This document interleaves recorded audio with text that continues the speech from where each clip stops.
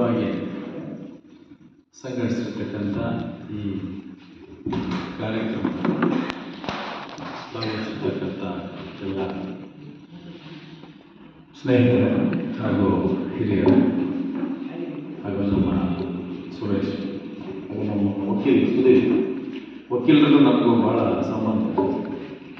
ಏಕೆಂದರೆ ನಾವು ಕಳ್ತನ ಮಾಡೋದು ಅವರ ಆ ಥರದ್ದು ನಮ್ಮ ಸಮುದಾಯಗಳಿಗೂ ವಕೀಲರಿಗೂ ವೆರಿ ಕನೆಕ್ಟಿಂಗ್ ಪೊಲೀಸ್ ಸ್ಟೇಷನ್. ನಾನು ಮಾತಾಡಬೇಕು ಅಂತ ಅಂದ್ಕೊಂಡಿದ್ದೆ, ಬೇಕು ಸುರೇಶ್ ಸಂಪೂರ್ಣ ಪಿಕ್ಚರ್ ಚೇಂಜ್ ಮಾಡಬೇಕು. ಅಂಬೇಡ್ಕರ್ ಬಗ್ಗೆ ಮಾತಾಡಬೇಕು ಅಂತ, ಅಂಬೇಡ್ಕರ್ ಬಗ್ಗೆ ಮಾತಾಡಬೇಕಾಗ್ತಕ್ಕಂಥವ್ರು ದಲಿತರೇ ಆಗಬೇಕು ಅಂತ, ಕುವೆಂಪು ಬಗ್ಗೆ ಮಾತಾಡೋರು ಗೌಡ್ರೇ ಆಗಬೇಕು ಅಂತ. ಹಂಗಾಗಿ ನಾವು ಜಾತಿಗೆ ಕಟ್ಟಾಗ್ತಿದ್ದೀವಿ. ಅದಕ್ಕೆ ಅನೇಕ ಕಾರಣಗಳು ಇರ್ಬೋದು. ಅಂಬೇಡ್ಕರ್ ನಮಗೆ ಸಿಕ್ಕಿದ್ದೇ ಕರ್ನಾಟಕಕ್ಕೆ 80ರ ದಶಕದ ನಂತರ. ಯಾಕೆಂದರೆ ಅವ್ರು ತೀರ್ಕೊಂಡು ಎಷ್ಟೋ ವರ್ಷಗಳಾದಮೇಲೆ ಮಹಾರಾಷ್ಟ್ರದ ಸರ್ಕಾರ ಅದನ್ನ ಮರಾಠಿಗೆ ಅನುವಾದ ಮಾಡಿ, ಮರಾಠಿಯಿಂದ ಮತ್ತೆ ಕರ್ನಾಟಕಕ್ಕೆ ಬರೋಷ್ಟರೊಳಗೆ ಅರ್ಧ ಶತಮಾನನೇ ಆಗೋದು. ಅಂಬೇಡ್ಕರ್ ಬಗ್ಗೆ ಮಾತಾಡ್ತಾನೆ. ಅಂಬೇಡ್ಕರ್ನ ಇತಿಹಾಸನೂ ಕೂಡ ನಮಗೆ ಬಹಳ ಮುಖ್ಯ. ಒಟ್ಟಾರೆ ಭಾರತದ ಇತಿಹಾಸ ನಾವು ನೋಡ್ತಾ ಇದ್ರೆ ಅಂಬೇಡ್ಕರ್ ಬಗ್ಗೆ ಮಾತಾಡೋಕ್ಕಾಗಲ್ಲ. ಅಂಬೇಡ್ಕರ್ ಮಾತಾಡ್ತಾನೆ ಇತಿಹಾಸ ಹೇಗಿತ್ತು ಅನ್ನೋದನ್ನ. ಅಂಬೇಡ್ಕರ್ ದಲಿತ ಮತ್ತು ಅಂಬೇಡ್ಕರ್ನ ಯಾಕೆ ನಾವು ಕನೆಕ್ಟ್ ಮಾಡ್ತೀವಿ ಅನ್ನೋದೇ ವಿಪರ್ಯಾಸ.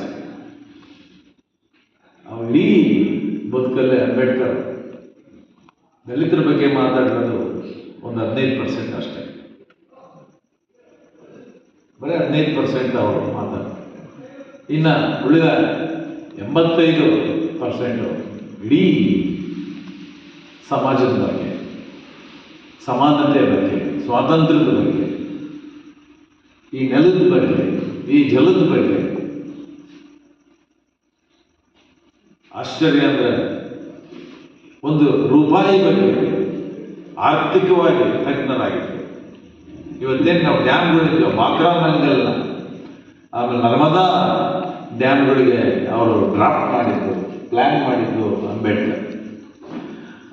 ಅಷ್ಟೂ ಅಲ್ಲ, ಇಡೀ ಭಾರತದ ಅರ್ಧ ಭಾಗ ಇರ್ತಕ್ಕಂಥ ಮಹಿಳೆಯರ ಬಗ್ಗೆ ಮೊದಲು ಮಾತಾಡಿರ್ತಕ್ಕಂಥರು ಅಂಬೇಡ್ಕರ್. ಅರ್ಧ ಭಾಗ, ದೇಹದ ಅರ್ಧ ಭಾಗ ಮಹಿಳೆಯರು, ಅರ್ಧನಾರೀಶ್ವರಿ. ಈ ಅರ್ಧ ಭಾಗದ ಬಗ್ಗೆ ಮಾತಾಡಿರೋಂಥ ಮೊದಲ ವ್ಯಕ್ತಿ ಅಂಬೇಡ್ಕರ್. ಅವರಿಗೆ ಹಿಂದೂ ಕೋಡ್ ಬಿಲ್ನ ತಿರಸ್ಕಾರ ಮಾಡಿದಾಗ ರಾಜೀನಾಮೆ ಕೊಟ್ಟು ಬಂದಂಥ ವ್ಯಕ್ತಿ ಮಾನವತಾವಾದಿ ಅಂಬೇಡ್ಕರ್. ಆದರೆ ಆ ಅಂಬೇಡ್ಕರ್ ಬಗ್ಗೆ ಎಷ್ಟು ಜನ ವಿದ್ಯಾವಂತ ಮಹಿಳೆಯರು ದೀರ್ಘ ಅಧ್ಯಯನ ಮಾಡಿದ್ದಾರೆ ಅನ್ನೋದು ಯೋಚನೆ ಮಾಡ್ತಾರೆ. ನಮ್ಮ ಜ್ಞಾನಪೀಠ ಪ್ರಶಸ್ತಿ ಬಂದಿರತಕ್ಕಂಥ ಕನ್ನಡದ ಎಲ್ಲ ಕವಿಗಳ ಬಗ್ಗೆ ಎಷ್ಟು PhD ಬಂದಿದ್ದಾವೆ.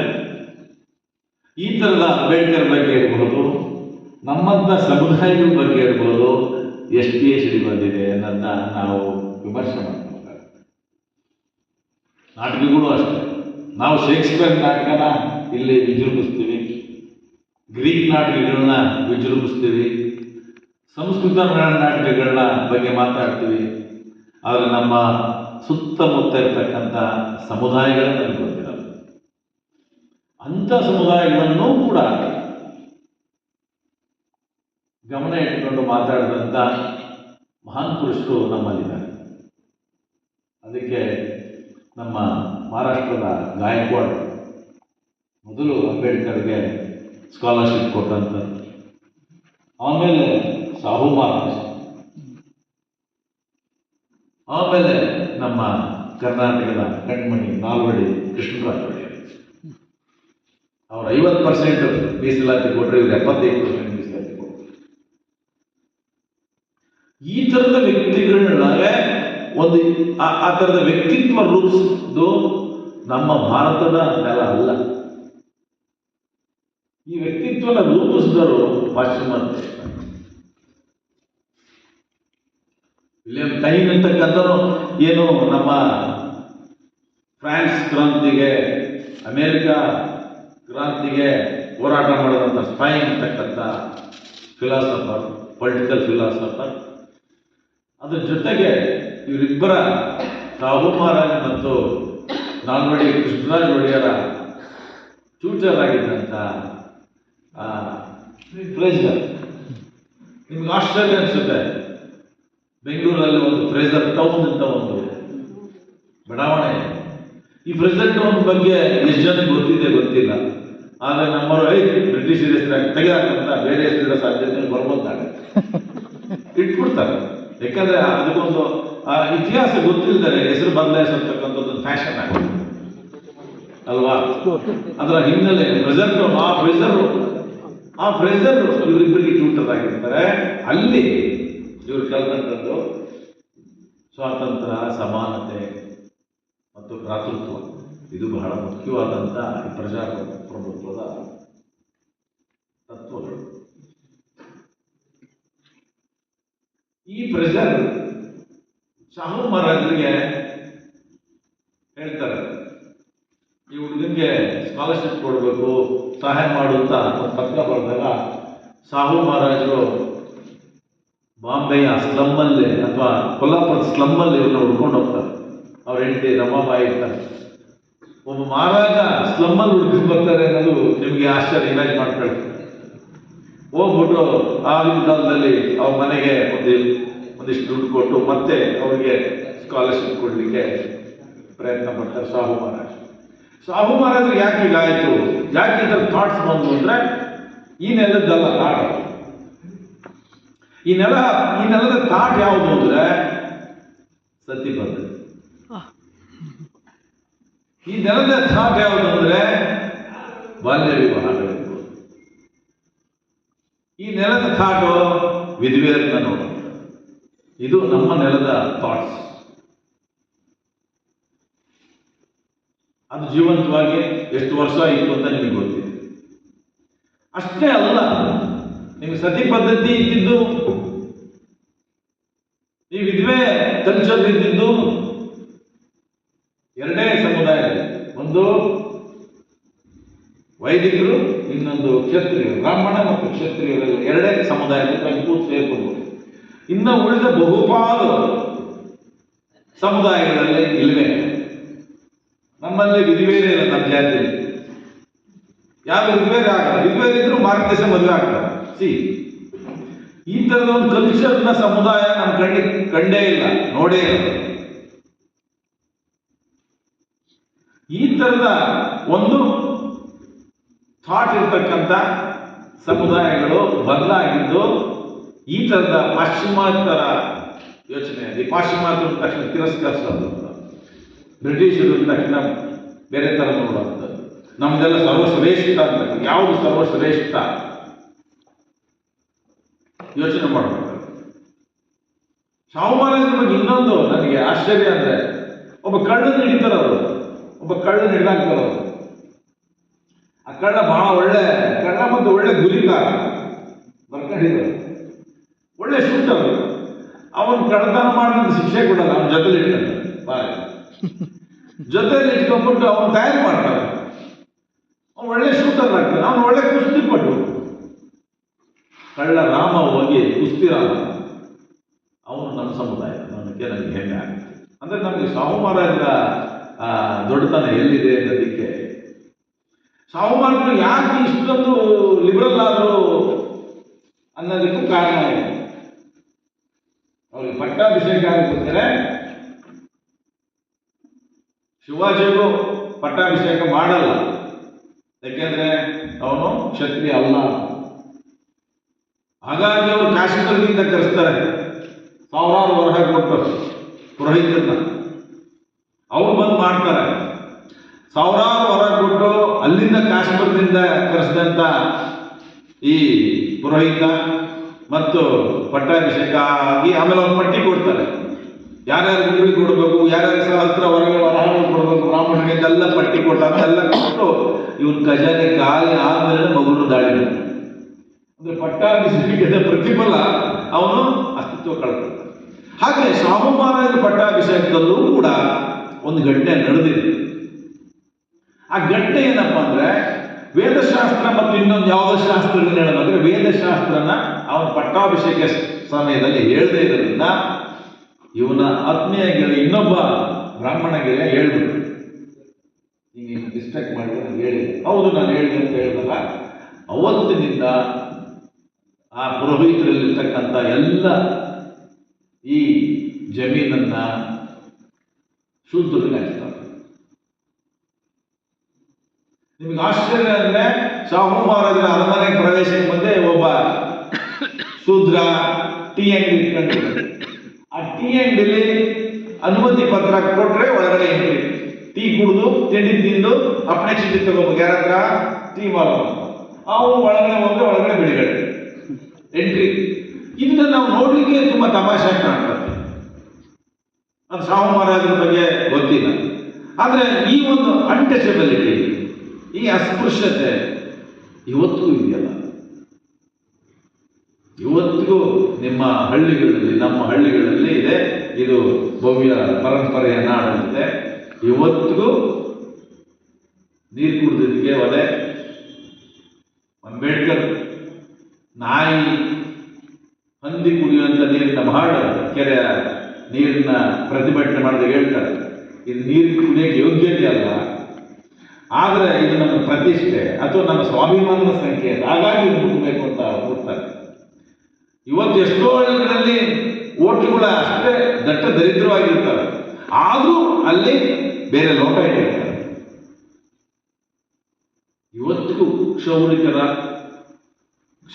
ಅಂಗಡಿಗೆ ದಲಿತರು ಪ್ರವೇಶ ಇಲ್ಲ. ಅವನೇ ಮಾಡಲ್ಲ ಕ್ಷೌರಿಕ. ಯಾಕೆ ಸರ್? ಪಾಪ ಅವನ ಬಗ್ಗೆ ಅಯ್ಯೋ ಅನ್ಸುತ್ತೆ ನಮಗೆ. ನಾವು ಮಾಡಲ್ಲ ಅಂತಾರಣ, ನಾಳೆ ಇವ್ ಗಿರಾಕಿ ಬರಲ್ಲ. ಅವನ ಬಿಸ್ನೆಸ್ ಅರಸೀಕೆರೆಯಿಂದ ಬರೀ 10 ಕಿಲೋಮೀಟರ್ ಅಂತರದಲ್ಲಿ ಇರ್ತಕ್ಕಂಥ ಪಾದರಕ್ಷೆಗಳನ್ನು ಹೆಣ್ಮಕ್ಳನ್ನು ಪ್ರವೇಶ ಇಲ್ಲಂತ ಬೋರ್ಡ್ ತರಿಸಿದ್ ನಾನು ಅರಸೀಕೆರೆಯಲ್ಲಿ ದೇವಸ್ಥಾನದಲ್ಲಿ. ಪಾದರಕ್ಷೆಗಳು ಮತ್ತು ಮಹಿಳೆಯರ ಪ್ರವೇಶ ನಿಷೇಧಿಸಲಾಗಿದೆ ಅಂತ ಬೋರ್ಡು ಸಾಕ್ಷಿ ಇದ್ದಾರೆ, ಮಮತಾನೆ ನೋಡಿದ್ರು. ಅದನ್ನ ಹಿಂದೂಗೆ ರಿಪೋರ್ಟ್ ಮಾಡಿ, ನಮ್ಮ ಸತೀಶ್ ಗೆ ರಿಪೋರ್ಟ್ ಮಾಡಿ ಪೊಲೀಸರು ಹೋಗಿ ಆ ಬೋರ್ಡ್ ತರಿಸೋದು. ಇದು ಇವತ್ತಿನ ಘಟನೆ. ಅವತ್ತಿನ ಘಟನೆ ಹೇಗಿರ್ಬೋದು ಅಂತ ಇಮ್ಯಾಜಿನ್ ಮಾಡ್ಬೋದು. ಅಂತ ಅಂಬೇಡ್ಕರ್ ಮಾತಾಡಿರ್ತಕ್ಕಂಥ ವಿಚಾರಗಳು ಯಾಕೆ ಅಂದ್ರೆ, ರಾಜಕೀಯ ಮತ್ತು ಆರ್ಥಿಕ ಸಮಾನತೆಗಿಂತ ಮತ್ತು ಧಾರ್ಮಿಕ ಸಮಾನತೆ ಬಹಳ ಮುಖ್ಯ ಅನ್ನೋದನ್ನ ನಾವು ಚರ್ಚೆ ಮಾಡ್ತೀವಿ. ಜಾತಿ ಪದ್ಧತಿ ಎಲ್ಲಿವರೆಗೂ ಹೋಗಲ್ವೋ ಅಲ್ಲಿವರೆಗೂ ಯಾವುದೇ ಉದ್ಧಾರ ಇಲ್ಲ. ಅವ್ರು ದುಂಡು ಮೇಜಿನ ಪರಿಸ್ಥಿತಿಗೆ, ಮೊದಲನೇ ದುಂಡು ಮೇಜಿನ ಪರಿಸ್ಥಿತಿಗೆ ಗಾಂಧಿ ಕಾಂಗ್ರೆಸ್ ಪ್ರತಿನಿಧಿಗಳು ಹೋಗಲ್ಲ. ಎರಡನೇ ದುಂಡು ಮೇಜಿನ ಪರಿಸ್ಥಿತಿಗೆ ಗಾಂಧಿ ಹೋಗ್ತಾರೆ. ಈ ದುಂಡು ಮೇಜಿನ ಪರಿಸ್ಥಿತಿಗೆ ಅಂಬೇಡ್ಕರ್ ಹೇಗೆ ಹೋದ್ರು ಅನ್ನೋದು ಯಾರಿಗಾರು ಗೊತ್ತಿದೆ. ಇಡೀ ದೇಶದ ಆ ಮುಕ್ಕಾಲು ಭಾಗ ಜನರ ಪರವಾಗಿ ಮಾತಾಡಕ್ ಹೋದಂತ ಅಂಬೇಡ್ಕರ್ ಹೋಗಿದ್ದು ಹಂದಿ ಸಾಕಾಣೆಯ ಹಂದಿ ಸಾಗಿಸುವ ಒಂದು ಹಡಗಿನಲ್ಲಿ ಅಂತ ಸ್ಥಿತಿಯಲ್ಲಿ ಇರ್ತಾರೆ. ಹಂದಿ ಸಾಗಿಸುವ ಒಂದು ಹಡಗಲ್ಲಿ ಹೋಗ್ತಾರೆ. ಇದು ಸೊ ಅಲ್ಲಿ ದುಡ್ಡು ಮೇಜಲ್ಲಿ ಮೆಜಾರಿಟಿ ಸಿಕ್ಕೇ ಬಿಡುತ್ತೆ ಇವರಿಗೆ, ಪಾಸ್ ಆಗೋಗುತ್ತೆ. ಆದ್ರೆ ಇಲ್ಲಿ ಬಂದು ಗಾಂಧಿಯ ಉಪವಾಸ ಕೂತ ಮೇಲೆ ಗಾಂಧಿಯ ಸಾವು ಮತ್ತು ಅದರ ಪರಿಣಾಮ, ಅವರಿಗೆ ಬಂದ ಬೆದರಿಕೆ ಪತ್ರಗಳು, ದಲಿತರು ಎಷ್ಟು ಪರ್ಸೆಂಟೇಜ್ ಹಳ್ಳಿಗಳಲ್ಲಿದ್ದಾರೆ, ಅವ್ರು ಯಾವ ಸ್ಥಿತಿ ಮುಟ್ಟಬಹುದು, ಗಾಂಧಿಯನ್ನ ತೀರ್ಕೊಂಡಾಗ ಅಂತ ಬೆದರಿಕೆ ಪತ್ರಿಕೆಗಳಿಗೆ ಎದುರಿ ಅವರು ಮೀಸಲಾತಿಗೆ ಒಪ್ಕೊಂತಾರೆ. ಅವರ ಎರಡು ರೀತಿಯ ವೋಟ್ ಮಾಡುವಂತ ಒಂದು ಅವಕಾಶ ಇತ್ತು ದಲಿತರೇ ವೋಟ್ ಮಾಡ್ಕೊಳ್ಳೋಂಥದ್ದು, ಇನ್ನು ಜನರಲ್ ವೋಟ್ ಮಾಡ್ಕೊಳ್ಳೋಂಥದ್ದು ರೈಟ್ಸ್ ಕೇಳಿದ್ರು. ಆದ್ರೆ ಇವತ್ತು ತಂದಿರೋ ಓಟು, ಇವತ್ತು ನಾವು ಮಾಡ್ತಕ್ಕಂಥ ಓಟ್ ಹೇಗಿದೆ ಅಂದ್ರೆ, ನಾವು ಯಾವ ರೀತಿ ಕೈ ಗೊಂಬೆಗಳಾಗಿದ್ದೀವಿ. ಅದಕ್ಕೆ ನೀವು ಒಂದು ಒಳ್ಳೆ ಪಿಕ್ಚರ್ ಅಂತ ಮಹಾಮಣ್ಣನ್ ಅಂತ ಒಂದು ತಮಿಳ್ ಪಿಕ್ಚರ್ ಇದೆ, ದಯವಿಟ್ಟು ನೋಡಿ. ನೀವೊಬ್ಬ MLA, ಸಿಟ್ಟಿಂಗ್ MLA ಆ ಊರಿನ ಯಜಮಾನರ ಮುಂದೆ ಹೇಗೆ ವರ್ತಿಸ್ತಾನೆ, ಹೇಗೆ ಅವನ್ನ ನಡೆಸ್ಕೊಂತಾರೆ ಅನ್ನೋದಕ್ಕೆ ಅದೊಂದು ಒಳ್ಳೆ ಪಿಕ್ಚರ್ನ ನೋಡಿ. ಈ ತರ ಚಿತ್ರ ನಮ್ಮ ಮುಂದೆ ಇದೆ. ಸಂವಿಧಾನ ಇದೆ. ಸಂವಿಧಾನ ಅವರು ನನಗೆ ಸಮಾಧಾನ ಇಲ್ಲ ಅಂತ ಎಷ್ಟೊಂದು ಹೇಳ್ತಾರೆ. ಆ ತರದ ಒಂದು ಸಂವಿಧಾನ ಅವ್ರು ಹೇಳ್ತಾರೆ. ಈಗ ನೀರು ಕುಡಿಲಿಕ್ಕೆ, ದೇವಸ್ಥಾನಕ್ಕೆ ಹೋಗ್ಲಿಕ್ಕೆ ಕಾನೂನುಬದ್ಧವಾದಂತ ಅವಕಾಶ ಇದೆ. ಆದ್ರೆ ನೀರು ಮೇಲ್ವರ್ಗದವನ ಮನೆ ದಾರಿ ಮೇಲೆ ಇದ್ದಾಗ ಆ ಬಾವಿಗೆ ನೀರು ಕುಡಿಯೋ ಅವಕಾಶ ಇದೆ ಹೊರತು ಅಲ್ಲಿ ಹೋಗುವ ದಾರಿಯಲ್ಲಿ ಆ ಓಣಿಯಲ್ಲಿ ಹೋಗಬೇಕಾದ್ರೆ ಅನುಮತಿ ಬೇಕಲ್ಲ, ಅದಕ್ಕೆ ಅವಕಾಶ ಇಲ್ಲ. ಈ ತರದ ಒಂದು ಸಮಸ್ಯೆಗಳಿದೆ. ಅಟ್ರಾಸಿಟಿ ಕೇಸ್ ಹಾಕ್ಬೋದು, ನನ್ನನ್ನ ಬೈದ ಹೊಡೆದ ಅಂತ. ಆದ್ರೆ ನನ್ನ ಪರವಾಗಿ ಸಾಕ್ಷಿ ಮೇಲ್ಜಾತಿಯಲ್ಲಿ ಇರ್ಬೇಕು, ಹೇಳ್ಬೇಕು. ಯಾರು ಬಂದು ಹೇಳ್ತಾರೆ ಅಟ್ರಾಸಿಟಿ ಕೇಸ್ಗಳು ಯಾಕೆ ಬಿದ್ದು ಹೋಗ್ತವೆ? ಕಾರಣ ಇದಕ್ಕೆ. ನನ್ನ ಪರವಾಗಿ ಇನ್ನೊಬ್ಬ ಮನುಷ್ಯ ಮಾತ್ರ ಹೇಳಕ್ ಸಾಧ್ಯ. ಜಾತಿ ಸುಳಿಯಲ್ಲಿರ್ತಕ್ಕಂಥ ಮನುಷ್ಯರು ಎಲ್ಲಿರುವೆ, ಜಾತಿ ಸುಳಿಯಲ್ಲಿರೋದ್ರಿಂದ ಮನುಷ್ಯತ್ವ ನನಗೆ ಮಾಯ ಆಗಿದೆ. ನನ್ನ ಪರವಾಗಿ ಇನ್ನೊಬ್ಬ ಮೇಲ್ಜಾತಿಯನೋ ಹೌದು ಸರ್ ಇವನಿಗೆ ಬೈದ ಅಂತ ಹೇಳಕ್ ಸಾಧ್ಯತೆ ಇದೆಯಾ ಅನ್ನೋದನ್ನ ನಾವು ವಿಮರ್ಶೆ ಮಾಡ್ತೀವಿ. ಇಷ್ಟೆಲ್ಲ ಸಂವಿಧಾನದ ಮಿತಿಗಳು ಇದ್ದಾವೆ, ಅದರ ಉಪಯೋಗವೂ ಇದೆ ಅಂತ ಅಂಬೇಡ್ಕರ್ ಅಂತ ಸೀರಿಯಸ್ ಆದಂಥ ಅವರ ಓದು, ಅಗಾಧವಾದ ಓದು. ಅವರು 2 ಸರಿ ದುಃಖಪಟ್ಟಿದ್ದಂತೆ. ಮಕ್ಕಳು ಸತ್ತಾಗ ದುಃಖಪಟ್ಟಿಲ್ಲ. ಅವರು ಒಂದು ನಾಯಿ ಸತ್ತಾಗ, ಇನ್ನೊಂದು ಅವರ ಪುಸ್ತಕಗಳು ಅಡಗಲು ಮುಳುಗಿದ ಅವ್ರು ದುಃಖಪಟ್ಟರು. ಹತ್ತಿರ ಅಂದರೆ ಅವ್ರು ಎಷ್ಟರ ಮಟ್ಟಿಗೆ ಆ ವಿದ್ಯೆಯನ್ನು, ಜ್ಞಾನವನ್ನು ಸಂಪಾದಿಸಿದ್ರು. ಅವ್ರ ಲೈಬ್ರರಿಯಲ್ಲಿ 50,000 ಪುಸ್ತಕಗಳು ಅವ್ರ ಲೈಬ್ರರಿಯಲ್ಲಿ ಇದ್ದಿದ್ದು, ಮನೇಲಿ. ಅಂದರೆ ಎಷ್ಟು ಪುಸ್ತಕಗಳನ್ನ ಅವ್ರು ರೆಫರ್ ಮಾಡಿದ್ರು ಅಂತ ನೋಡ್ಬೋದು. ಎಲ್ಲ ಪುಸ್ತಕದಲ್ಲೂ ಅವರ ರೆಫರ್ ಮಾಡಿದಂತ ಹಾಕಲಿಲ್ಲ. 22,000 ಪೇಜ್ ಇದೆ ಅವ್ರು ಬರೆದದ್ದು. ಅದು ಏನೋ ಅಡಗಲ್ಲಿ ಮುಳುಗೋಗಿರೋದು ಬಿಟ್ಟು ದೆಹಲಿಯಲ್ಲಿ ಅವ್ರು ಬಾಡಿಗೆ ಕಟ್ಟಿಲ್ಲ ಅಂತ ಆ ಎಲ್ಲ ಪುಸ್ತಕಗಳನ್ನ ಹೊರಗೆ ಬಿಸಾಕ್ತಾರೆ. ನೆಂದೋಗಿರೋದು, ಹಾಳಾಗಿರೋದು ಬಿಟ್ಟು ಹೇಳ್ತಾರೆ ನಾವು. 22,000 ಪೇಜ್ ಬರೆದಿದ್ದಾರೆ. ಇದು ಅಂಬೇಡ್ಕರ್ ಕಾನ್ಸ್ಟಿಟ್ಯೂಷನ್ ಬರೀಬೇಕಾದ್ರೆ ಅವ್ರ ಮಿಸಸ್ ಹತ್ರ ರಿಕ್ವೆಸ್ಟ್ ಮಾಡಿದ 6 ತಿಂಗಳಂತ ಒಂದು ಸಮ ಅಂತ ಕೇಳ್ಕೊಳ್ತಾರೆ. ಆರೋಗ್ಯ ಅಷ್ಟು ಕ್ಷೀಣಿಸ್ ಸವಿತಾ ಅಂಬೇಡ್ಕರ್ ಕೇಳ್ಕೊಂತಾರೆ 6 ಮಂತ್ಸ್ ಸಂವಿಧಾನ ಮುಗಿಯೋಗಿ ಬಂತು ತಾಯಿ ಅಂತ ಕೇಳ್ಕೊಳ್ತಿದ್ದಾರೆ. ಸೊ ಈ ಥರದ ಅಂಬೇಡ್ಕರ್ನ ಚಿತ್ರಣ. ಅಲ್ಲ, ಅಂಬೇಡ್ಕರ್ನ ಬೆನಿಫಿಷಿಯರ್ ಯಾರು? ಅಂಬೇಡ್ಕರ್ನ ಬೆನಿಫಿಷಿಯರು ಮುಕ್ಕಾಲ ಭಾಗ OBCಗಳು, ಮಹಿಳೆಯರು. ಮಹಿಳೆಯರ ಆಸ್ತಿ ಹಕ್ಕು ಯಾರು ತಂದಿದ್ದು ನಿಮಗೆ ತಿಳ್ಕೊಬೇಕು. ಅದಕ್ಕೆ ಅಂಬೇಡ್ಕರ್ನ ಓದಬೇಕು. ಮಹಿಳಾ ಆಸ್ತಿ ಹಕ್ಕಿರ್ಬೋದು. ಇವತ್ತು ಸರ್ಕಾರಿ ನೌಕರು ತಗೊಳ್ತಕ್ಕಂಥ PF, DA, ಪ್ರಾವಿಡೆಂಟ್ ಫಂಡ್ ಇದನ್ನೆಲ್ಲ ಇಂಟ್ರೊಡ್ಯೂಸ್ ಮಾಡಿದ್ದು ಅಂಬೇಡ್ಕರ್. 12 ಗಂಟೆ ಅಂತ 8 ಗಂಟೆ ಕೆಲಸ ಮಾಡಬೇಕು ಇಂಟ್ರೊಡ್ಯೂಸ್ ಮಾಡಿದ್ದು ಅಂಬೇಡ್ಕರ್. ಮಹಿಳೆಯರಿಗೆ ಹೆರಿಗೆ ಭತ್ಯೆ ಕೊಡಬೇಕು ಅಂತ ಹೇಳಿರೋದು ಅಂಬೇಡ್ಕರ್. ಸಮಾನ ಕೆಲಸಕ್ಕೆ ಸಮಾನ ವೇತನ ಮಹಿಳೆಯರಿಗೆ ಕೊಡಬೇಕು ಅಂತ ಹೇಳಿದವರು ಅಂಬೇಡ್ಕರ್. ಇವತ್ತಿಗೂ ಹಳ್ಳಿಗಳಲ್ಲಿ ಗಂಡಿಗೊಂದು ಕೂಲಿ ಇದೆ, ಹೆಣ್ಮಕ್ಳಿಗೊಂದು ಕೂಲಿ ಇದೆ. ಗಂಡಾಳಿಗೆ ಒಂದು ಕೂಲಿ, ಹೆಣ್ಣಾಳಿಗೆ ಒಂದು ಕೂಲಿ. ಒಪ್ಕೊಂತೀರಾ? ನಮ್ಮ ಹಳ್ಳಿಗೆ ಸುತ್ತ ಇರೋದು ಸರ್ಕಾರಿ ನೌಕರಿಗೆ ಅದಿಲ್ಲ. ಅದನ್ನ ತಂದವ್ರು ಯಾರು ಅನ್ನೋದು ಯಾರಿಗಾದ್ರೂ ಗೊತ್ತಿದೆಯಾ? ಸಾಧ್ಯ ಇಲ್ಲ, ಗೊತ್ತಾಗುತ್ತೆ. ಯಾಕೆಂದ್ರೆ ಅದನ್ನ ನಾವು ಫಿಕ್ಸ್ ಮಾಡಿ ಇಟ್ಬಿಟ್ಟಿದ್ದೀವಿ. ಕಾರಂತರಿಗೆ ಯಾಕೆ ಚೋಮ ಕಣ್ಣು? ಕಾರಂತ ಅಂತ ಕಣ್ಣುಗಳು ಚೋಮನ್ ನೋಡ್ತಾರೆ. ಲಂಕೇಶ್ ಅಂತ ಕಣ್ಣುಗಳು ಒಬ್ಬ ಮಾನವೀಯರನ್ನು ನೋಡ್ತಾರೆ, ಮುಟ್ಟಿಸಿಕೊಂಡು. ಸೊ ಆ ಥರದ ಕಣ್ಣುಗಳು ಬೇಕು ನನಗೆ. ಗೊರೂರಿದ್ದಾರೆ, ಎಲ್ಲರೂ ಗೊರೂರಿದ್ದಾರೆ ಎಲ್ಲ.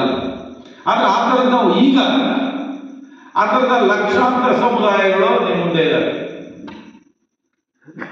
ನಾನು ಇವತ್ತಿಗೂ ಯಾರ ಮನೆಗೆ ಕರೆದ್ರೆ ಹೋಲಿಗೆ ಭಯ ಆಗುತ್ತೆ. ನಮ್ಗೆ ರಿಜಿಸ್ಟರ್ ಆಗಿದೆ ಒಳಗಡೆ, ಎಲ್ಲಿ ಇವರು ಅನುಮಾನ ಪಡ್ತಾರೆ.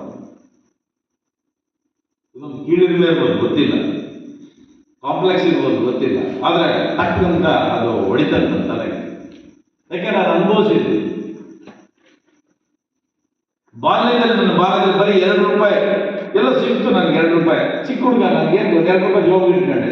ಕಳ್ಕೊಂಡ್ರೆ ಇನ್ನೊಬ್ಬ, ಅದೇ ನಮ್ಮ ಶಾಲೆ ಹುಡುಗ, ಅವರೆಲ್ಲರೂ ಟಾರ್ಗೆಟ್ ನನ್ನೇ ತಲಾಶೆ ಮಾಡಿದ್ದು. ನಾನು ಸಿಗಾಕೊಂಡೆ. ಸೊ ಅಲ್ಲಿ ಆದಂತ ಅವಮಾನ ಇವತ್ತು ಮರೆಯಕ್ಕಾಗಲ್ಲ. ಸಿಕ್ಕಿದ್ದ ₹2.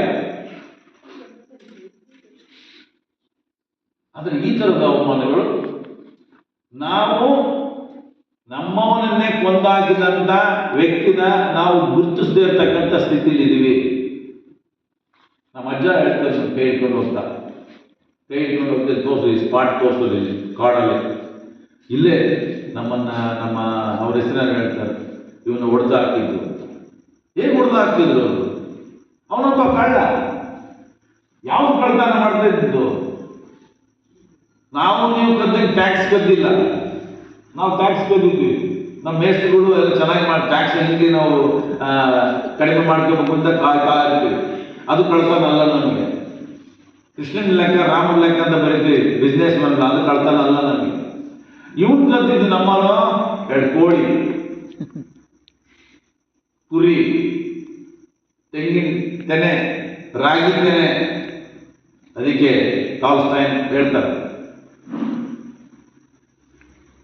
ಊಟಕ್ಕಾಗಿ ಕದ್ದಿದ್ದು ಕಳ್ತನ ಅಲ್ಲ, ಅನ್ನಕ್ಕಾಗಿ ಕದ್ದಿದ್ದು ಕಳ್ತನ ಅಲ್ಲ ಅಂತ ಆ ದೇಶದಲ್ಲಿ, ನಮ್ಮ ದೇಶದಲ್ಲಿ ಆಗಿಲ್ಲ. ನಮ್ಮರೆಲ್ಲ ಪ್ರಾಣ ಕಳ್ಕೊಂಡಿರೋದು ಈ ಥರದ ಕಳ್ತನಕ್ಕಾಗಿ. ಅದು ತೋರಿಸ್ತಾರೆ. ಹೆಂಗ್ ಹಿಡಿದ್ರು ಅವನು ನಟೋರಿಯಸ್ ಕಳ್ಳ. 2 ಕುರಿ ನಂಗೆ ತುಂಬಿಬಿಡೋದು. ಆ 2 ಕುರಿಗೋಸ್ಕರ ಈ ಯಾದವರು ಗೊಲ್ರು ಒಂದು ಹೆಣ್ಮಗಳ ಗೆಳತಿ, ಅವನ ಗೆಳತಿಯಿಂದ ಬುಕ್ ಮಾಡಿ, ಆ ಗೆಳತಿ ಜೊತೆಗೆ ಈ ಬಾಂಗ್ ಕೊಟ್ಬಿಟ್ಟು ಅವನಿಗೆ ನಿದ್ದೆ ಬರಂಗ್ ಮಾಡಿ, ರಾತ್ರಿ ಹೊತ್ತು ಒಂದು ಎತ್ತಿನ ಗಾಡಿ ಕಟ್ಟಿ, ಎತ್ತಿನ ಗಾಡಿ ಮೇಲೆಲ್ಲ ಸೌದೆ ಹೊತ್ತು ಆ ಎತ್ತಿನ ಗಾಡಿನ ಕಾಡಿಗೆ ತಗೊಂಡೋಗಿ ಎತ್ತಿನ ಗಾಡಿ ಸಮೇತ ಸುಟ್ಟಾಕಿದೆ. ಆ ಗಾಡಿ ಸಮೇತ ಸುಟ್ಟಾಕಿರೋ ಗಟ್ಟೆ. ನಮ್ಮ ಅಜ್ಜಿ ಒಂದೂರಿಂದ ಒಂದೂರಿಗೆ ಹೋದ್ರೆ ನಮ್ಮ ಅಜ್ಜಿ ಬಾಯಲ್ಲೇನೋ ಬರೋದು, ಪ್ಯಾಸ್ಪೆಟ್ ಅಂತ ಹೇಳೋದು. ಏನಿದು ಪ್ಯಾಸ್ಪೆಟ್ ಅಂತ ಅಜ್ಜಿ ನನಗೆ ಗೊತ್ತಿಲ್ಲ, ಚಿಕ್ಕ ಹುಡುಗನ. ಪ್ಯಾಸ್ಪೆಟ್ ಅಂದ್ರೆ ಏನು ಅಂತ ಹೇಳಿದ್ರೆ, ಪ್ಯಾಸ್ಪೆಟ್ ಅಂದ್ರೆ ಅಜ್ಜಿ ಬಾಯಲ್ಲಿ ಒಂದು ಊರಿಂದ ಇನ್ನೊಂದು ಊರಿಗೆ ಹೋಗ್ಬೇಕಾದ್ರೆ, ನಮ್ಮ ಅಜ್ಜಿ ನಮ್ಮ ತಾಯಿ ನಮ್ಮ ಅಪ್ಪನ ಊರಿಂದ ನಮ್ಮ ತಾಯಿ ಊರಿಗೆ ಹೋಗ್ಬೇಕಾದ್ರೆ, ಈ ನಮ್ಮ ಅಪ್ಪನ ಊರಿರ್ತಕ್ಕಂಥ ಒಬ್ಬ ಪಟೇಲ ಅಥವಾ ಚೇರ್ಮನ್ ಹತ್ರ ನಾವು ಅನುಮತಿ ತಗೋಬೇಕು. ಇಂಥವನು, ಇಂಥ ಪರ್ಸದವನು, ಇಂಥವನು ಈ ದಿವಸ ನಿಮ್ಮ ಊರಿಗೆ ಬರ್ತಾವನೆ ಅಂತ ನಾವು ತಗೊಂಡೋಗಿ ಆ ಪಟೇಲನ್ನು ಕೊಡಬೇಕು. ಆ ಪಟೇಲ 2 ದಿವಸ ಆದ್ಮೇಲೆ ಮತ್ತೊಂದು ಕೊಡ್ತಾನ, 2 ದಿವಸ ಏನಾದ್ರು ಮದುವೆಗೆ ಬಂದಿದ್ದ ವಾಪಸ್ ಹೋಗ್ತಾರೆ ಅಂತ ಕೊಡ್ಬೇಕು.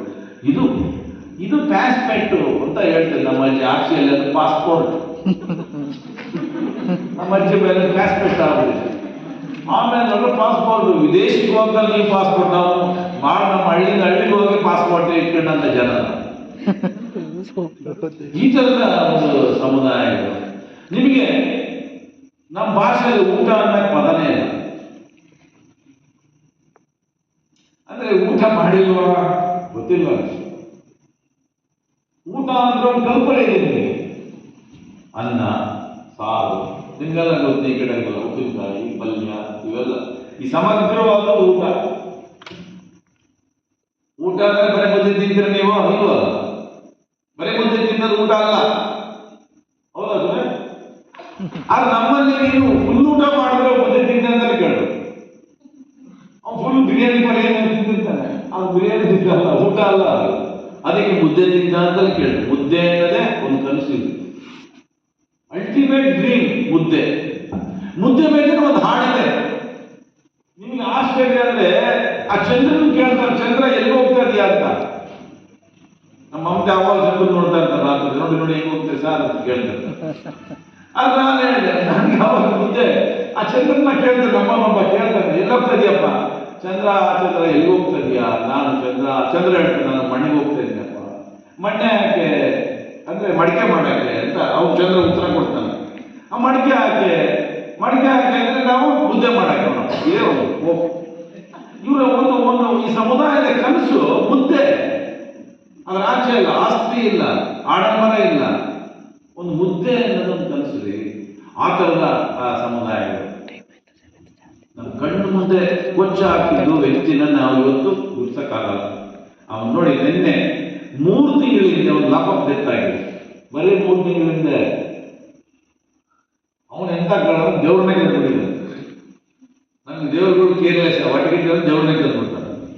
ದೇವ್ರ ಕಲ್ತಲ್ಲಿ ಸಿಗಾಕೊಂಡ್ಬಿಟ್ಟಿದ್ದಾನೆ, ಓಡಿದ್ರೆ ಸತ್ತೋಗ್ಬಿಟ್ಟಿದ್ದಾನೆ.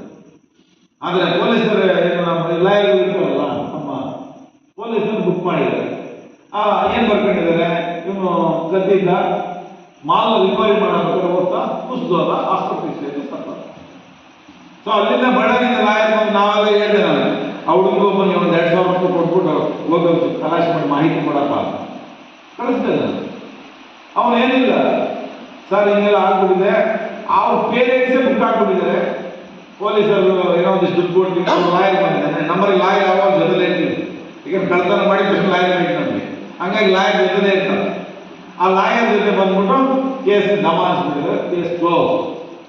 ಇದು ನೋಡಿ ನಮ್ಮ ಅಜ್ಜನ ಕಾಲದಂತ ನಡೆದಂಥ ಘಟನೆ, ಸ್ವತಂತ್ರ ಭಾರತ ಬಂದಲ್ಲಿ ನಡೆಯತಕ್ಕಂಥ ಘಟನೆ. ಏನು ವ್ಯತ್ಯಾಸ, ಏನಾದ್ರು ವ್ಯತ್ಯಾಸ ಇದೆಯಾ ಹೇಳಿ? ಈ ಥರ ಲಾಕಪ್ ಡೆತ್ಗಳು ಬೇಜಾರು. ನೀವು ಅದಕ್ಕೆ ನೆಕ್ಸ್ಟ್ ಎಕ್ಸಾಂಪಲ್ ಜೈವಿ ಫಿಲಮ್ ಇತ್ತು.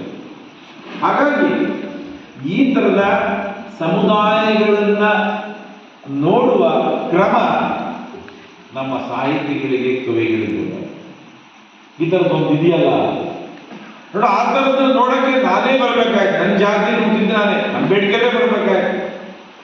ಅಂಬೇಡ್ಕರ್ ಆ ಜಾತಿ ಬಗ್ಗೆ ಮಾತಾಡೋದು, ನಾನೇ ಬರ್ಬೇಕಾಯ್ತು ನಮ್ಮ ಜಾತಿ ಬಗ್ಗೆ ಮಾತಾಡಕ್ಕೆ. ಬೇರೆ ಕಾಣಲಿಲ್ವಾ?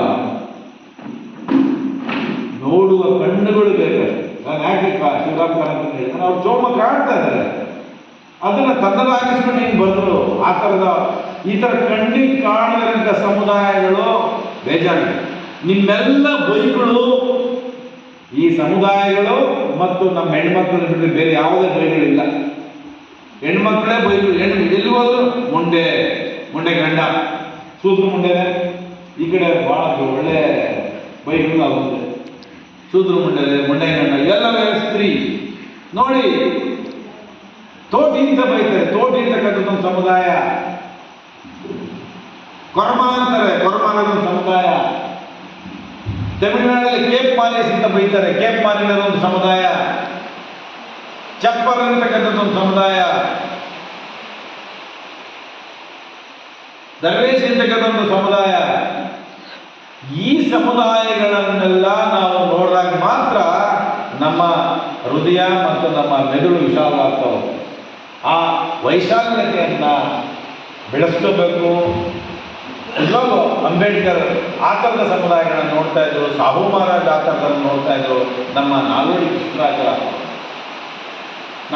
ಕೃಷ್ಣರಾಜ ಒಡೆಯರ ಕಾಲದಲ್ಲಿ ಒಬ್ಬ ಖರ್ಚನ್ನು ಪ್ರಜಾಪ್ರತಿನಿಧಿ ಆಗಿದ್ರು ಅನ್ನೋದಕ್ಕೆ ನೀವು ಇಮೇಜ್ ಮಾಡೋಕ್ಕಾಗಲ್ಲ. ಪ್ರಜಾಪ್ರತಿನಿಧಿಯಾಗಿ ಒಬ್ಬ ಪರಿಸರದಿದ್ದ ಅನ್ನೋದಕ್ಕೆ ದಾಖಲೆ ಇಲ್ಲ. ಆದರೆ ಕೇಳಿದ್ವಿ ಆ ಥರದ ಒಂದು ತಾಯ್ತನವನ್ನ, ಹೃದಯವಂತಿಕೆಯನ್ನ ನೋಡಿ. ವಿಶ್ವೇಶ್ವರಯ್ಯ ರಾಜೀನಾಮೆ ಕೊಟ್ಟರು ಕೂಡ ಆಯ್ತು ಹೋಗಿ ಬಂದಿದ್ದು ಹೇಳಿದ್ರು ಅಂತ ವಿಶ್ವೇಶ್ವರಯ್ಯನಿಗೆ ಅಂದ್ರೆ ವಾಸ್ತವ ಪ್ರಜ್ಞೆನ ಎಲ್ಲಿ ಇಟ್ಕೊಂಡಿದ್ರು ಅಂತ. ಅಂದ್ರೆ ಆ ಥರದೊಂದು ಗಿಲ್ಟ್ ಇರ್ಬೇಕು ನಮಗೆ, ಆ ಥರದೊಂದು ಪಾಪ ಪ್ರಜ್ಞೆ ಕಾಡ್ಬೇಕು ನಮಗೆ. ನಾವು ತಪ್ಪು ಮಾಡ್ತಾ ಇದೀವ, ಮಾಡಿದೀವ, ಈಗಲಾದ್ರೂ ಏನು ಮಾಡ್ಬೋದು. ಇದೇ ನಮ್ಮ ಪ್ರವರ ಅವ್ರು ಕೊಟ್ಟೂರಲ್ಲಿ ಒಂದು ಇನ್ಸಿಡೆಂಟ್ ಹೇಳಿದ್ರು. ಒಳ್ಳೆ ಕಬಡ್ಡಿ ಪ್ಲೇಯರ್ ಇತ್ತು ನಮ್ಮನೊಬ್ಬ ಕಬಡ್ಡಿ ಪ್ಲೇಯರ್. ಅವ್ರ ಅಥ್ಲೆಟ್ ಏನೋ ಗೊತ್ತಿಲ್ಲ, ಅವನ್ನ ಮುಗಿಸ್ಬೇಕು, ಹೆಂಗೆ ಮುಗಿಸ್ಬೇಕು. ಸ್ವಿಮ್ಮರ್, ಒಳ್ಳೆ ಸ್ವಿಮ್ಮರ್. ಇವನು ಭಾಳ ಬೇಜಾರು ಏನು ಮಾಡೋದು, ಇವ್ನು ತೆಗಿಬೇಕು ಅನ್ನೋ ಕಾರಣಕ್ಕೆ ಒಂದು ಬಹುಮಾನ ಕೊಡ್ತೀವಿ ಮತ್ತು ಅವ್ನು ಕಳ್ಳ ಎರಡೂ ಕೂಡ. ಹಾಗಾಗಿ ಅವನ್ನ ಕರೀತಾರೆ, ನೀನು ಈ ಬಾವಿಲಿ ಸ್ವಿಮ್ ಮಾಡಿದ್ರೆ ನಿನಗೆ ಬಹುಮಾನ ಕೊಡ್ತೀವಿ. ಆಯ್ತು ಅಂತ ಒಪ್ಕೊಂಡ್ಬಿಡ್ತಾರೆ ದಂಡ. ಮೇಲಿಂದ ಡೈ ಹೊಡಿತೀವಿ, ನಿಮಗೆ ಯಾವ ಒಳಗಡೆ ಸಾಯ್ತು. ಆ ಇಡೀ ಬಾವಿಯಲ್ಲಿ ಈ ನಮ್ಮ ಗೆಳಗಳು ಬೊಂಬುಗಳನ್ನ ಇಟ್ಟಿದ್ರು ಬಾವಿ ಒಳಗಡೆ. ಅವ್ನ ಮೇಲಿಂದ ಡೈ ಹೊಡಿತಿದ್ದಂಗೆ ಬೊಂಬುಗಳು ಸಿಗಾಕ. ಈ ಥರ ಸಾವಿರಾಗಿದೆ. ಅಡ್ರೆಸ್ಸೇ ಇಲ್ಲ, ಲಾಕಪ್ ಡೆತ್ಗಳು. ಈ ವಿಚಾರದ ಬಗ್ಗೆ ನಮ್ಮ ದಲಿತ ಸಂಘಟನೆಗಳು ಕೂಡ ಈ ಸಮುದಾಯಗಳ ಬಗ್ಗೆ ಮಾತಾಡೋದು ಕಡಿಮೆ. ದಯವಿಟ್ಟು ತಪ್ಪಿಸಬೇಡಿ.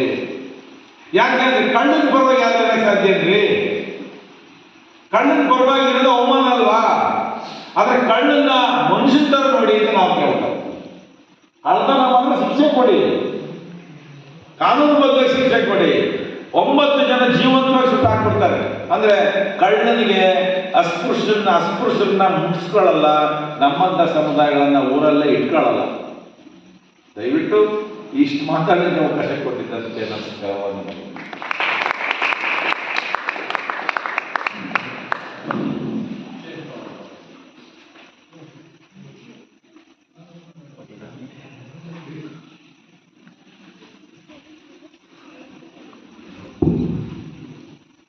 ಹಾಗೆ 8ನೇ ಐಸ್ ಗಡ್ಡೆ ಇರುತ್ತಲ್ಲ, ಅದು 8ನೇ ಒಂದು ಭಾಗ ಮಾತ್ರ ನಮಗೆ ಕಾಣಿಸುತ್ತೆ. 20 ಐಸ್ಬರ್ಗ್ ಇಂತನೇ 8ರಲ್ಲಿ 7 ಭಾಗ ಸ್ಥಳದಲ್ಲಿದೆ. ಸ್ವಾಮಿ ಮೇಷ್ಟ್ರ ನಾನು ನಿರೀಕ್ಷೆ ಮಾಡಿದಾಗ ಮಾತಾಡಿದೆ, ಆದರೆ ಇನ್ನೂ ಕಂಟ್ರೋಲ್ಡ್ ಆಗಿ ಮಾತಾಡಿದ್ರೆ ಅಂತ ಅನಿಸ್ತದೆ. ಇರಲಿ, ಹೌದು ಸುದೀಪ್